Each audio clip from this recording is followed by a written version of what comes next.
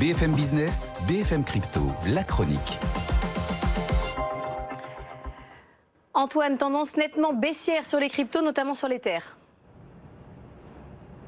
Oui, une correction qui nous fait retomber vers 1400 $, les plus bas de fin juillet, notamment quand on avait commencé une première vague de spéculation en prévision de The Merge, la fusion des blockchains Ethereum. Là, sa finalisation provoque des sorties. C'est clair, rien que sur 5 jours, on perd quasiment 15%. Le Bitcoin est sous pression aussi et passe nettement sous les 20 000 $. Antoine, il y a quand même quelque chose qui est difficilement compréhensible. Malgré The Merge, certains investisseurs peuvent rester sur l'ancienne plateforme.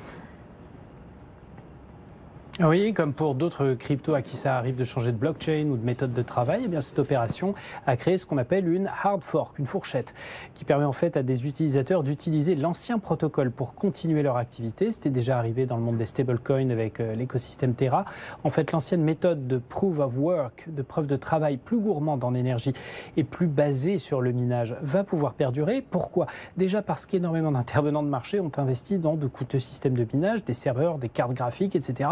Et que pour eux, hors de question d'adhérer au nouveau protocole, ils ont le droit de le faire et que leur crypto miné se retrouve sur le marché avec la même valeur faciale que l'Ether. Mais cela n'aura qu'un temps, étant donné qu'au fur et à mesure de la mise en place du nouveau protocole, la preuve d'enjeu basée sur la validation des transactions auprès des destinataires finaux, les nouveaux protocoles feront qu'on ne pourra plus accepter les Ethers fabriqués avec l'ancien procédé. Tout juste cela va-t-il servir à utiliser le plus possible les anciens matériels pour au moins les rentabiliser et éventuellement ne pas trop perdre.